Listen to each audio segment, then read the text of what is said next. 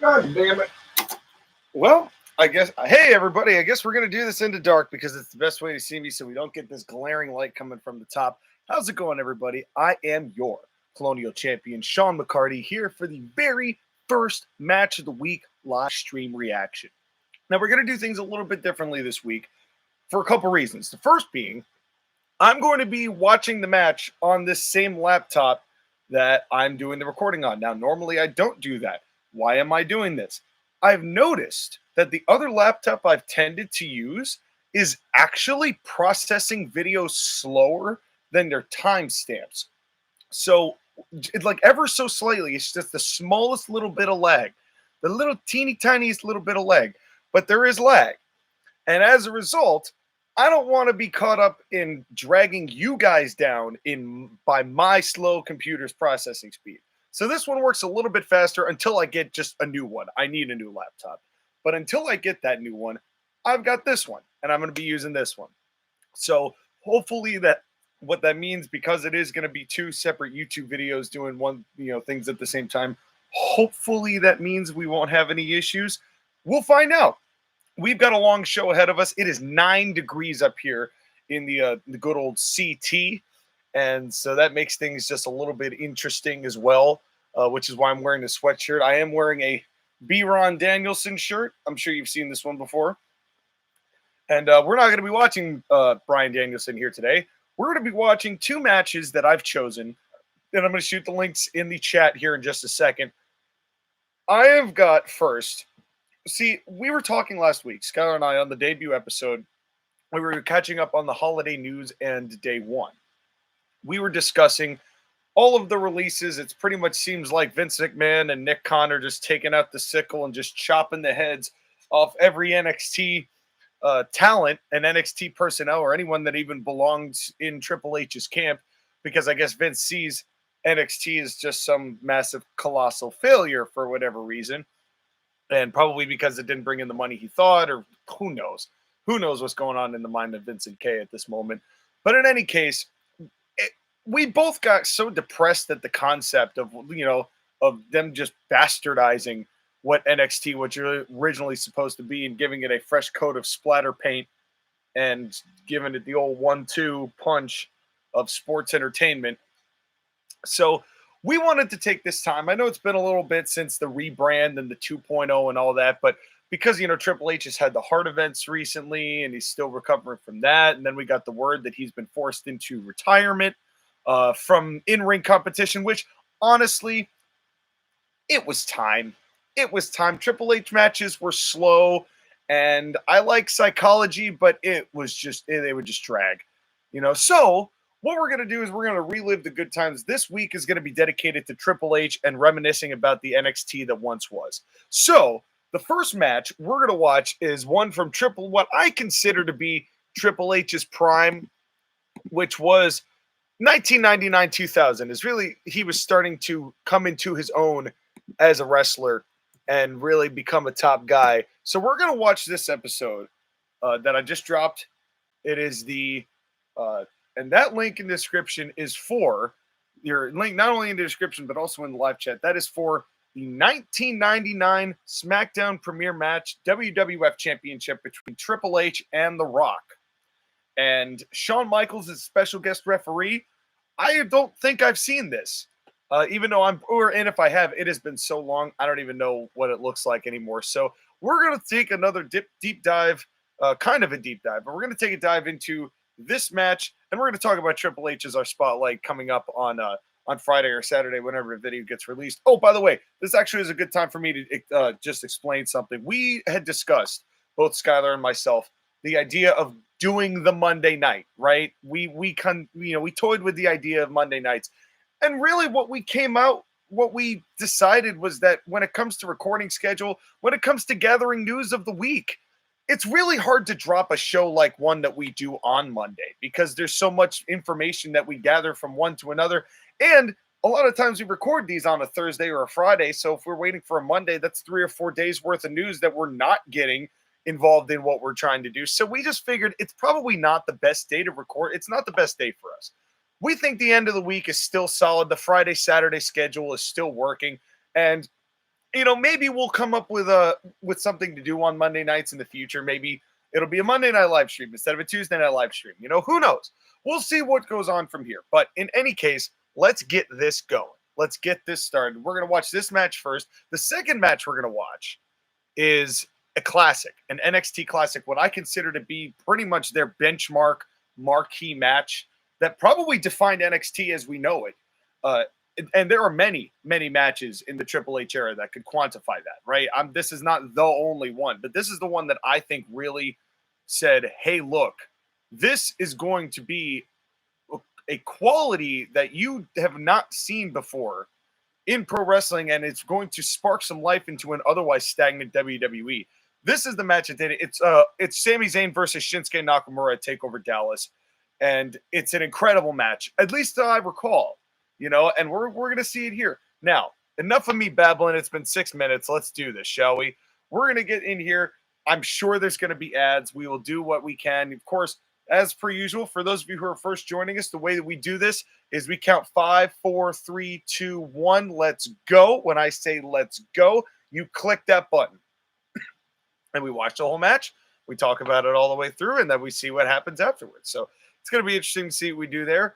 And I'm sure there's going to be ads. When we do ads, I will do my best to give you actual accurate timestamps, because now that I know that this has been a consistent problem, I don't want to have to do that anymore. So we're going to take a shot right here. Let's hit giddy on up, bring it back to 0, 0, 0. If y'all have already gotten through the ads, because I have already done my preliminary ad, and we will set this up here. And by the way, I'm sure you noticed, I've got a new light. So I now have the camera sing, and I don't know what to do about this light. Like, I want to be able to use it, but if it's just going to cause a glare, then we'll just have to stick with the ambient light. Maybe we'll change the color of that one over there at some point. So with that said, let's get this going in 5, 4, 3, 2, 1.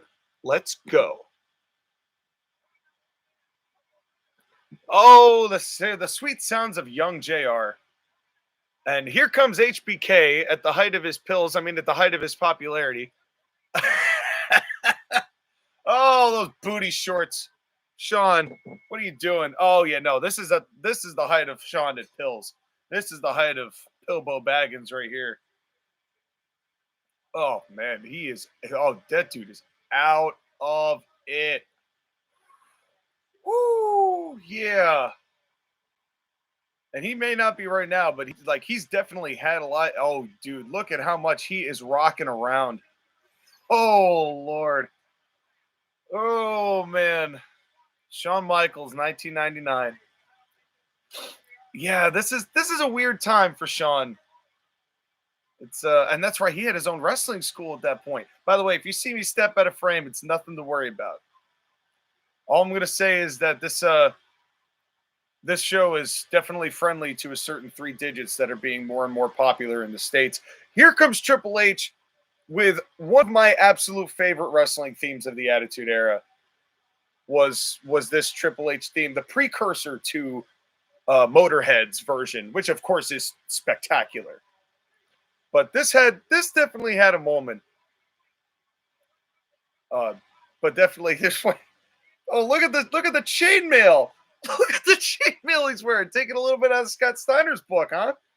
World Wrestling Federation champion. Good friend, former friend of Shawn Michaels. Still kind of uncertain here, I think. And there's China. Rest in peace. God, I feel bad for China. I hope that they do an actual documentary that kind of just documents what happened to her all the way through, and not from the guy who was taking advantage of China that whole time. Yeah, that's you want to talk about a dark side of the ring story. I guarantee you China's going to be on that list before too long. I'm actually surprised there already hasn't been one, truthfully. Because if there is ever a time, now's the time. Can you imagine? I know that would be kind. I mean, in order to do that, though, you'd have to talk about Triple H and China, and you'd have to get Stephanie as well. And I wonder who you'd get as talking heads for that. That'd be interesting. I'd like who would you get? Mick Foley definitely would be one up there. And here comes The Rock. The Rock looking chipper dipper as always. Uh, Although it wasn't necessarily the pop that I expected for him. And it's never a good sign with these full matches when they give 4 minutes of intros. Oh, actually, we're approaching 3 minutes. 3 minutes for both people. That's pretty good. 3 minutes for three people. For three people. It takes Roman Reigns 3 minutes to just start walking down the ramp half the time. Here comes the WWF. Oh, here comes an ad at 3:15, and it's a 30-second ad that I'm gonna skip, but I will give you 15. Actually, you know what? I will let this run for 15 seconds, just as a courtesy, just in case you get like those 2.6. So here we go. We're gonna start again. 14, 15. Here we go. We are 3:15. 3:16, 3:17, 3:18, 3:19, 3:20.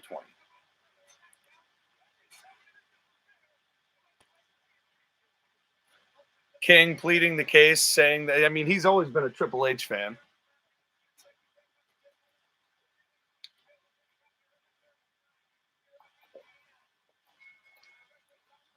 This was the first SmackDown. JR and King calling this SmackDown, or what they called the premiere debut of SmackDown. Immediately coming to blows. But these guys have been wrestling for months and months and months.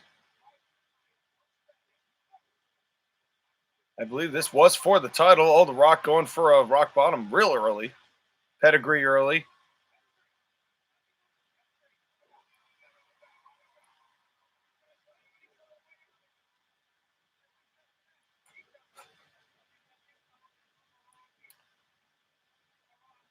Like throwing those trademark punches. Well, I don't understand why people stop throwing punches, man. It just makes it look so much better. Triple H has always had good clothesline game, though.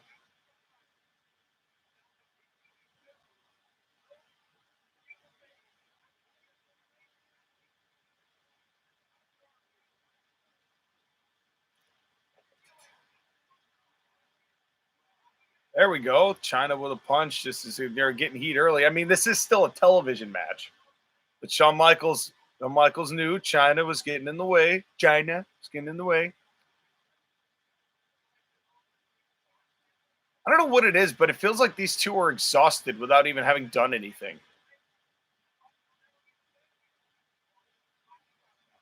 Oh, over the top. Down goes Huntero.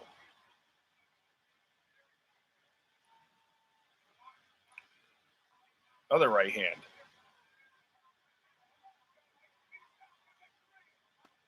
These guys, I might just be dropping frames, honestly. That could also be what's happening here because I am going a little bit slower. And this is kind of what I was a little bit afraid of with doing this on the same laptop. Because it does kind of look like I'm dropping a couple frames here and there. I could be wrong. Suplex, big old suplex. Oh, and now they've just run out to the top. And it's Shawn Michaels as referee, so they know he's not going to stop them. Oh, nice suplex on the ramp.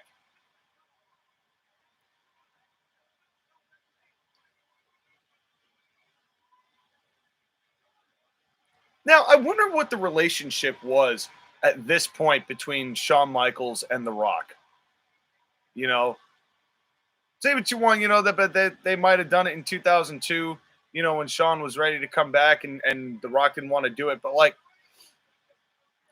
I wonder what the relationship was like now in 99 with Shawn being the way that Shawn was being. Ooh, leg sweep? Ramp leg sweep. Very nice. And that steel grating. This definitely has a Attitude Era flavor in it. It's interesting, though, sometimes. Often wondering, how people cheered some of the stuff in the Attitude Era. I'm not saying these guys, because these guys are great, but and Shawn just casually walking back. Triple H bounced all the way around. Now starting to get back the advantage.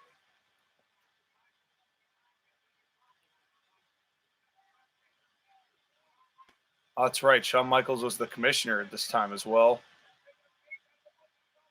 Nothing like putting Shawn Michaels as an authority figure given the circumstances.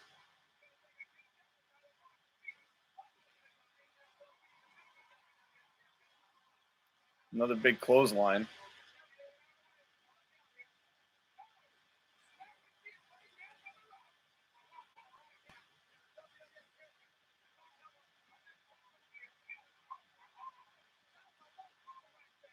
Oh, damn. I'm still. Oh, Michaels is telling China to get it. It's a low blow, but he's not going to disqualify Triple H, but he's going to kick China out of the ring, of the arena. And I am dropping a lot of frames. This is what I was worried about. Well, maybe we try with the other laptop on the other one. We'll watch with the other one to see if that makes a difference. Now Triple H trying to argue with Shawn.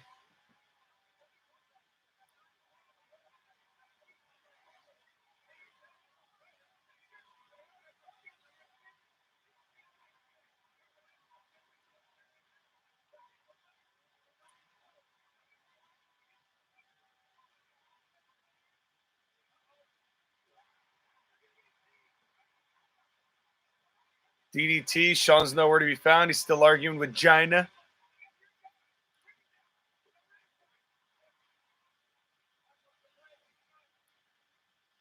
I forgot about that tattoo Shawn's got on his leg. That tattoo of Texas. You don't see that except in booty short Shawn era. High knee. There, here comes Shane. Here comes Shane McMahon. This is corporate Shane McMahon, right? This is. Well, yeah. The crowd made sure to reinforce that notion.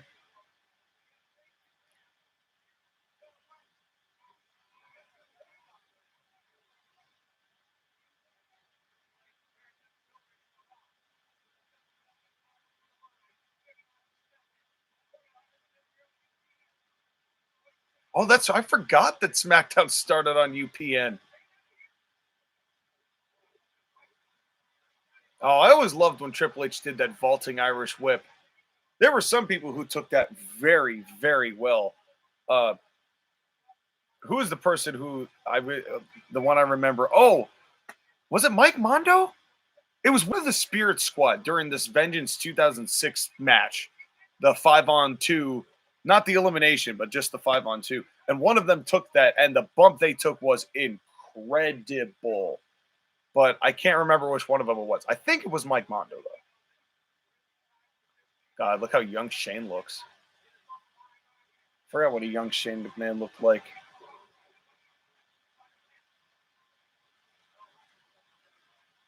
Textbook Voidical.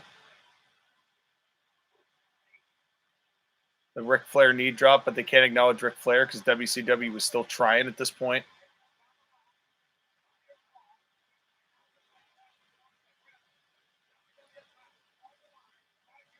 And of course, because he's part of the corporation, he's not going to do the crotch chop. I like the sign that says "I hate signs." That's just the right level of self-awareness for pro wrestling. Oh, we got an ad for Jackass. We're not going to watch this 2-minute and 13-second trailer. But same thing. We'll go 15 seconds. 12, 13, 14. Here we go. We are 10:54.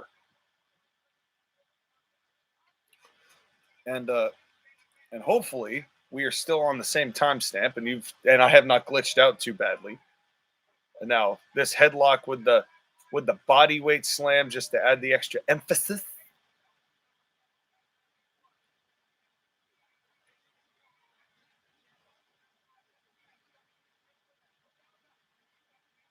Wow, seeing packed arenas is weird in today's era.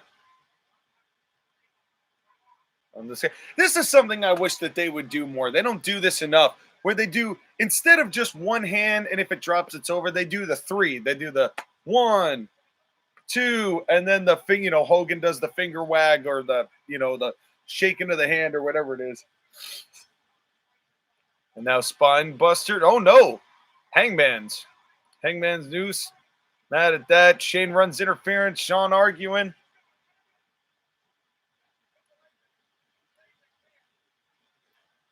And the corporation having just the right amount of distractions to make sure that Triple H keeps the title because it's the Attitude Era, and that's what happened a lot of the time. Now, I think this was at the time when Austin was recovering from injury, so this was they hadn't concluded the who shot Steve Austin, who ran over Steve Austin's storyline. There were still investigations going on. Oh, The Rock gives Shane his, but I don't think he had returned yet. Oh, nice rock a bottom.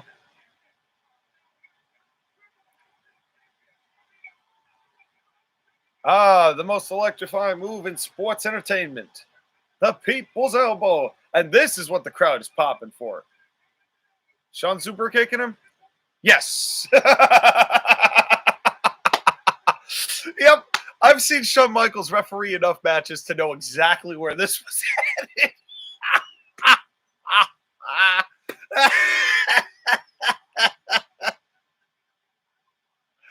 I knew it was.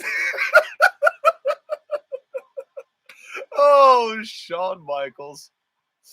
And the pedigree and the cover.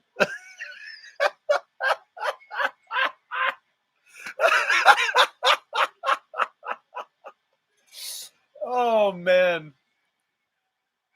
There are a few people you can know not to trust as referee, and Shawn Michaels is one of those. If Shawn Michaels is refereeing a match with Triple H in it, and you're not Triple H, you're getting super kicked. There's no ifs, ands, or buts about it. It's gonna happen. There's no stopping it. There's no saying, "Hey, maybe we shouldn't do this." Nope. If you were wrestling Triple H and Shawn Michaels is the referee, you're getting your head kicked in. That's all it's about. That's all it's about. We're gonna still try here to do this other matchup. This matchup's even longer. This matchup is a big heifer, and this one is Knox and Shinsuke. And we're heading into takeover. Well, they're no longer called takeovers anymore. Sad to say, because everything has changed now with NXT, so it's all just a bunch of malarkey, and that's just the way it is with malarkey. And while I step outside, step outside a frame. Just wanted to let you know a couple another changes coming to see the Court-Martail podcast. I have a lot of channels. First of all, you should follow my eFed, which is CIW, Colonial Impact Wrestling, which will be doing its 8th anniversary show come February 1st through the 4th. But that's not what I wanted to tell you. What I wanted to tell you can see my shadow. Ha ha ha. What I wanted to tell you is, going forward, we have got a paid sponsor. That's right. Now, that paid sponsor happens to be me. Well, not me, actually. It's my boy, because we have our music thing that we do. So we're going to be doing a paid sponsorship, and we're going to just see what happens to the algorithm. We're going to play with the YouTube algorithm a little bit. So if you hear us in the regular shows, we are going to do a little tiny ad spot, but it's going to be for us, and we're going to try to include it as a paid promotion. So we're going to see what happens there. It may be short-lived. It may not. We'll see what goes on, but it's still going to be fun, at least to give the one commercial spot, if not multiple, not through the future. And we'll just see how it pans out. It might not do anything. It might not increase viewer count at all. But the only way we're going to know is if we try. So let's get this. Let's move on. Give me 1 second here. Okay. Now, I'm back in the shot. I'll step out to finish that in a second. And now, oh yes, let me give you the link for the second match, if I haven't already. Here we go. Right there, let you click that, get the ads taken care of, and then we'll go on to this. Like, overall, my thoughts on that Rock Triple H match is it was an Attitude Era TV main event for the WWF title with Shawn Michaels as referee. I don't know. Maybe it's because I've experienced it. Maybe it's just that I'm desensitized to it. The crowd still ate it up, as they did almost everything in the Attitude Era, so I can't even really say that it's exclusive to that. But in any case, let's take a look at this and let's see what we got going on over here. So let's make this happen. And hopefully with the one fewer tab that I've got on this, maybe that will make this go a little easier. In any case, same deal. In 5, 4, 3, 2, 1, let's go. And hopefully the frames won't be dropped as bad this time. Oh, well, Because at least in my case, the frames are already pretty significantly dropped. And I'm going to step out of frame again, like I said, to kind of finish that. But here comes Sami Zayn, looking chipper as ever. I do like this theme from Sami. But I must admit, I do like Conspiracy Theory Beard Sami because he can talk his ass off.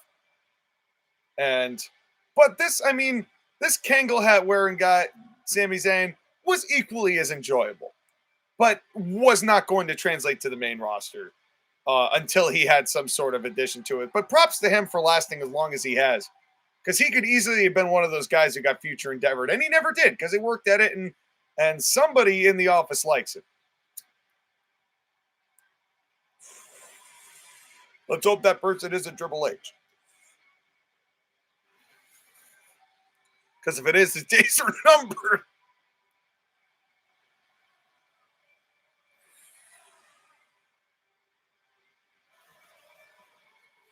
Although, I would say I wouldn't hate Sami Zayn in AEW. I just don't know what he'd do there. I don't know who he'd face. Because they've already got a pretty good roster, this AEW. I mean, it's not perfect, but they've got a pretty good roster on their hands.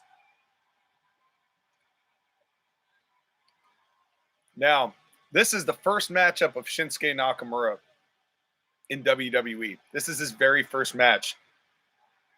And arguably his best.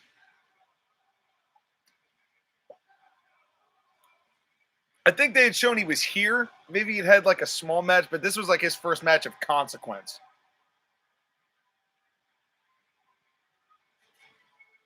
Also, this theme was banging when it first came out.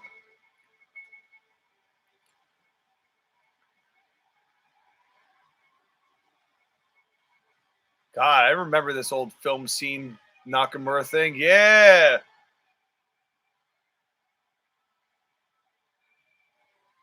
And this was before everybody knew the song. So nobody's humming it. Although that was the coolest part of Nakamura when his aura was at its peak in WWE. That was one of the coolest things about it was the fans doing his theme. And now see, this Greg Hamilton was not bad. NXT Greg Hamilton was not bad. You put him in WWE's format, the upper level format, and it was just terrible. This is so weird with nobody knowing to sing this. And also, they didn't know to time this either. Because they were, with the song, that is. Now, I wonder who might have said to him, time that with the run and the dive back and all that. I wonder who would have told him, time that with the song, because they didn't do that at first. Oh, unless they waited for this one. That maybe they did. Right. They did. No, they didn't. That was it. That was it.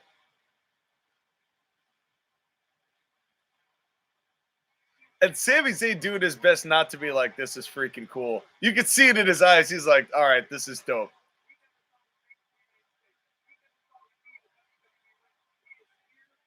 Oh no, Corey Graves. Oh no. Oh no. And advertisement. Wow, we got through the entrances. And again, we're gonna do 15 seconds here. Even though we're dropping frames. But it's cool. We're not dropping too many to where it's a problem, I don't think. We are at 403, 404, 405. That means we're going to be getting a lot of ads. Now, the other interesting part of this match is that this is Sami Zayn's last match in NXT before he moves up to the main roster proper. So this is one of the most interesting matches I remember. Yeah, it's like one's coming in and one's going out. God, the aura of this match. The aura of this match just still feels big. Dallas was also an incredible crowd that night. for NXT.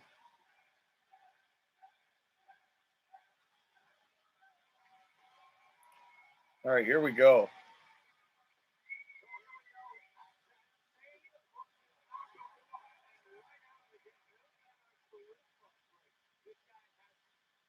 Wow, I'm already. Maybe it's just because they just ground me to the bone. There used to be a time I really liked Tom Phillips and Corey Graves, especially as NXT commentators. But in the years since, they have just ground me bone, to the bone, when it comes to WWE commentaries, particularly those two. But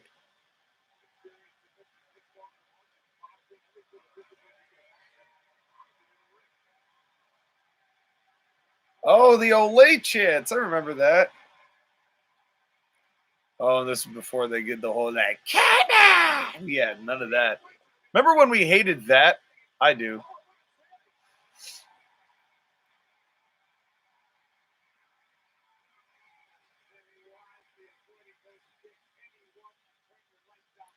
See, now this is a kind of watch along I would want Jim Cornette to watch. Yeah, because this match was quite good. And even by American wrestling standards, I thought Nakamura did a hell of a job here.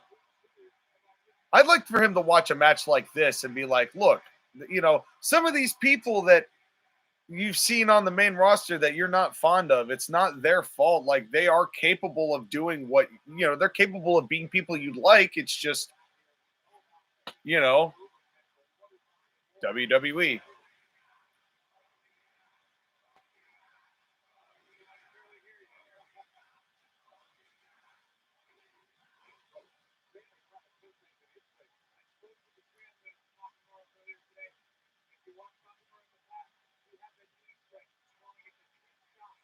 The Kinshasa, formerly the Bumaye. But I talked to his translator, and now he's now he's now he's wearing white and getting played in by Rick fucking Boogs.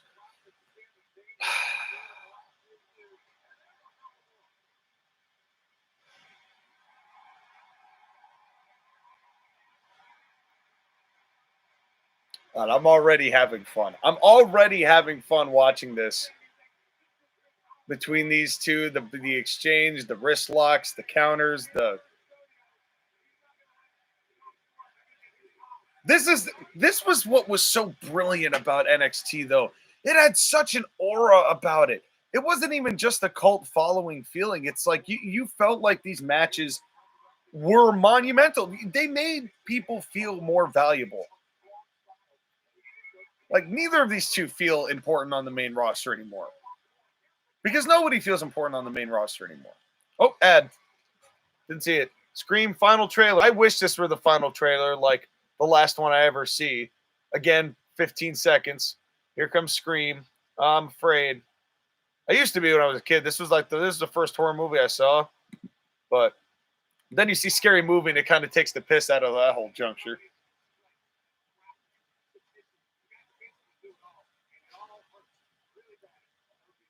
Oh, sorry, timestamp. It is 8:20. Oh, and the timestamp is 8:20. No. It is now 8:25.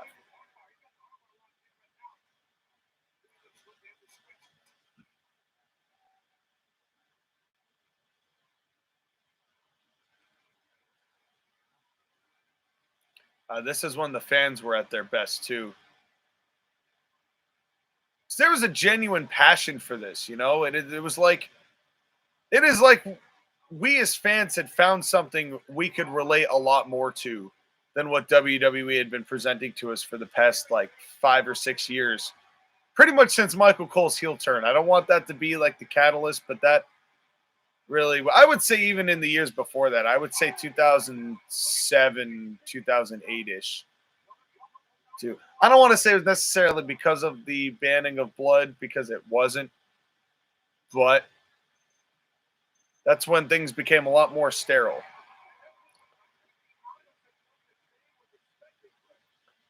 And I like how slow paced this is. It's like very I don't want to say relaxed, but it's not all moves all the time, every second. There's like, oh, nice suplex. There's selling, there's processing time.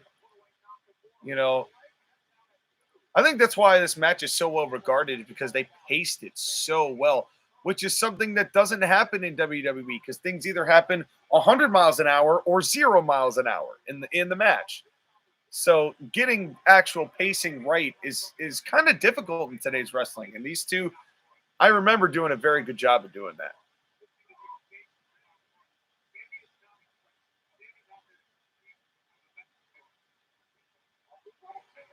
This is one of the few instances where a double babyface match worked well, really, really well. Just because these two were not going to have to interact again for a while. Because Knock was going to spend a good amount of time on in NXT, and then Sami Zayn, of course, moved up to the main roster to do absolutely well to bust his rotator cuff. I don't know if that was I don't know if that was before or after. I think it was what? This was after that. I believe this was after that. But he was going to the main roster full time. Oh, that was a nasty crash and burn.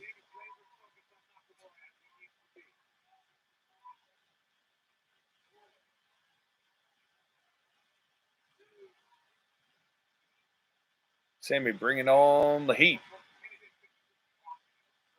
Well, actually, he's not doing anything right now.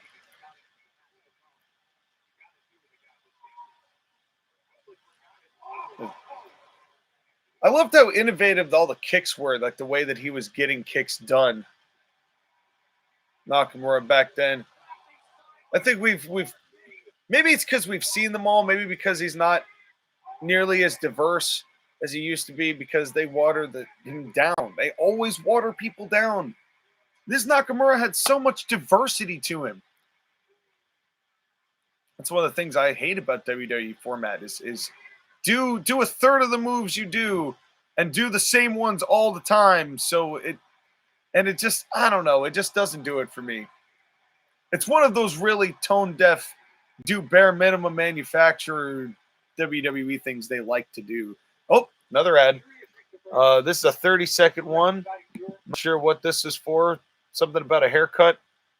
We're at 10 seconds. 12, 13, 14, 15. All right, 12:02. We're in 12:03, 12:04, 12:05.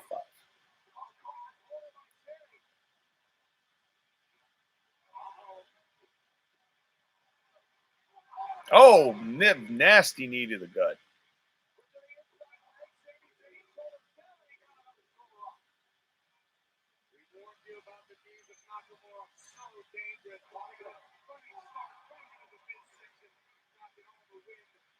Even Corey's not as bad. I mean, I think these two were, again, the main roster for professional wrestlers and now for any members of NXT that moved up to the main roster proved cancerous with a very short list of exceptions. A very short list of exceptions. We're going to see a dive? We're seeing a dive. It's okay, though. Listen to how into that dive the fans were, though.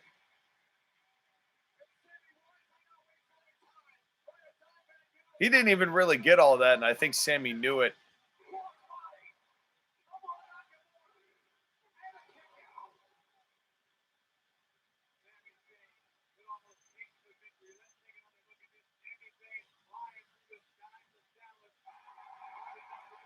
Not for nothing, Sami Zayn does that dive a lot better than Kenny Omega does it. I'm not trying to be critical of Kenny Omega because it's not like his dive is bad. It's just that I think Sami Zayn makes it look better. He's more weirdly, he has more of the look for it. I don't know if you know what I don't know if I even know what I mean by that, but like I don't know. It feels like that fits Sami Zayn's move set more than it does Kenny Omega's, just given their appearance.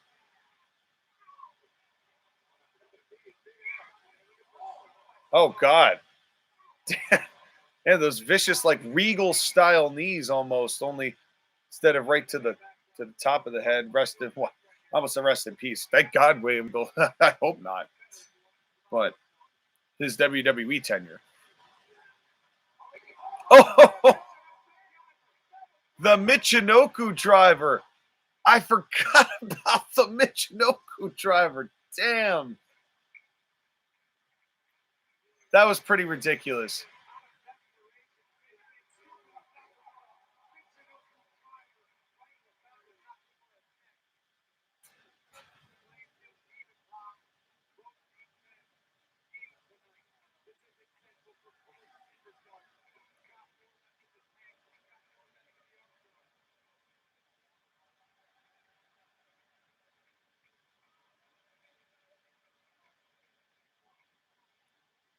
You know, even at this point, it was feeling like people were doing too much, but it did not get to the way it is now, where everybody's doing a jillion and a half things, even though the Bucks were just as rampant now as they were then. But they're doing the 1-2, and everybody's cheering everybody. You know, that's probably the one reason why Corny may not like this match. But look how crazy into it these people are.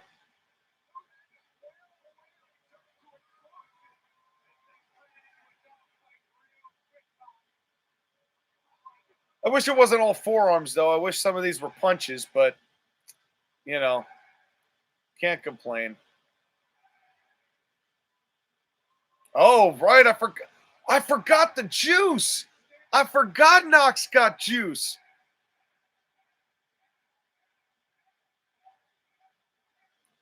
All right, this just turned into just a slugfest that wouldn't stop.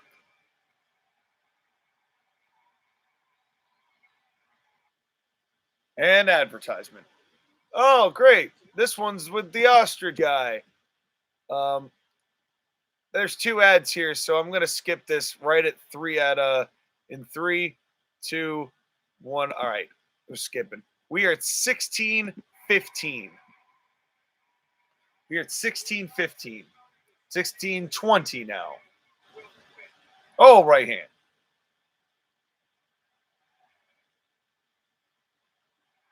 Oh,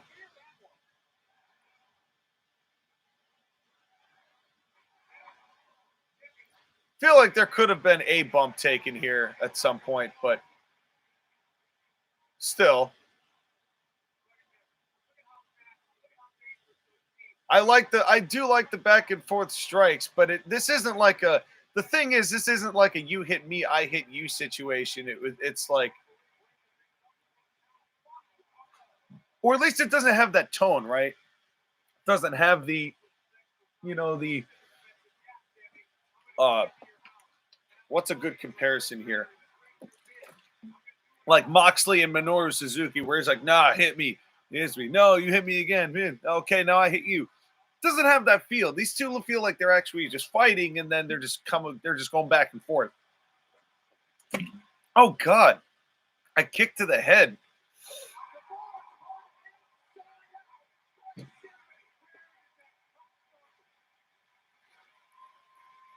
God, this crowd is white hot too.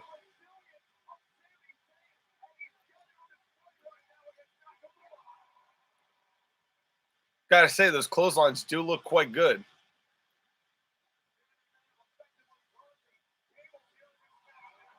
And all these knees. Oh, that was a great armbar. I know. To save yourself from an actual armbar, you do want to clasp the hands so you don't, so it doesn't fully extend the arm and really cause you major pain. I understand that. But man, I'd really love to just see a regular old armbar again. It's just they all are like that now.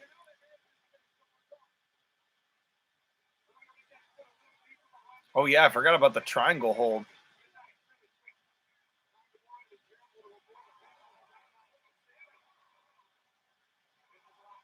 Oh, the stumps to the face. Trying to unwind him. Again, I haven't seen Sami do anything like that lately. Never seen either of these two be that physical since this match.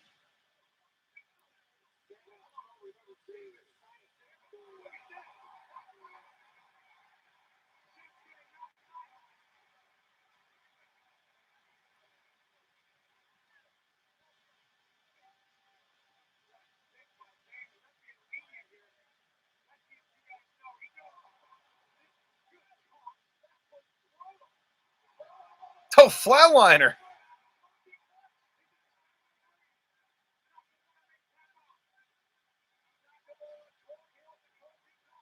The Koji clutch. When was the last time Zayn used the Koji clutch? Or has that been completely taken out of his arsenal? Because Vince. I don't know. I don't watch enough Sami Zayn. I haven't seen enough Sami Zayn lately. He's busy getting eliminated by Johnny Knoxville now.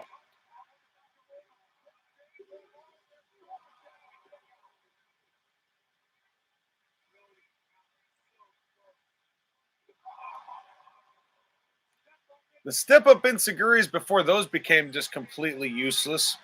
And not only useless, just boring, too. And we are back in another ad here. And speaking of Jackass, maybe that's why they're giving me these Jackass ads, because they're going to have Knoxville win the fucking Rumble. And again, we're going to go to 15 seconds here, and then we'll skip after that. 15, 14, 15. All right, we are 2011, 2013, 2014, 2015.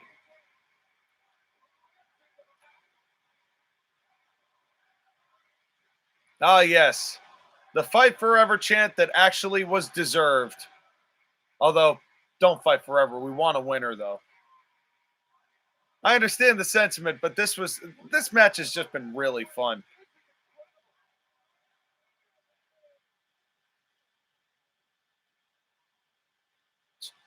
We are bloodthirsty and want to watch until one of you is dead. Is he doing this reverse plex? Oh, yeah. I remember this reverse plex. Or what he was trying to do with it. He'll get it eventually, I think.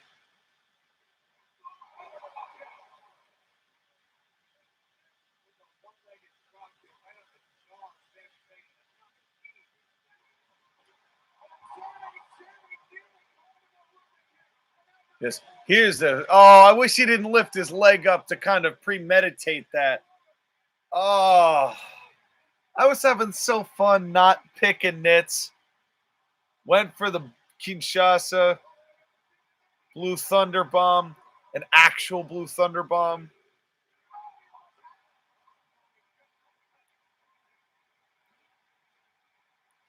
And even this is all pretty well paced. You know, it's not going too fast. It's not like 6,000 moves at a time and then this. You know, you get 2 or 3 and then this pause to sell and register. And you know, for an old school guy like me, I'd be fine with less, but I really like, this is the perfect level for me of moves versus selling and competition. Like this here was the perfect blend of old school storytelling and old school, you know, pacing with the new school move part, you know, more move centric, but with good moves. Oh, oh yeah, I forgot about that. Oh Lordy, sweet Jehovah's Witnesses. Yeah, you never see Sammy dive in between those middle ropes anymore. I know Vince was probably like, oh hell no.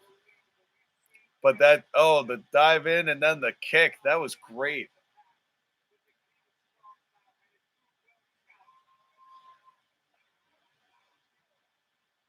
God, this match was fun. And we're due for one more advertisement here before it's all said and done. And saying now going for a superplex. And honestly, I feel bad. I remember feeling at the time that whoever was watching this, whoever was following this was going to have the work cut out for him. And boy, did they. Because I don't even remember what else was on this show. Although there was great matches on this show as well. This was so peak NXT. Oh, was this the one? This wasn't the same one as one of the Becky. No, as one or the Becky and Bailey, or not Bailey, Becky and Bailey. Is this the Bailey and Asuka match? This Takeover Dallas? Because I think Asuka was coming in right around the same time. Oh, the double knees to the back of the head. Yeah, she had come in right around this time. Maybe I'm wrong. This is why I need Skyler, because he's the one who's got all these details. There's the Kinshasa. Didn't hit a Helluva kick, and one Kinshasa was enough.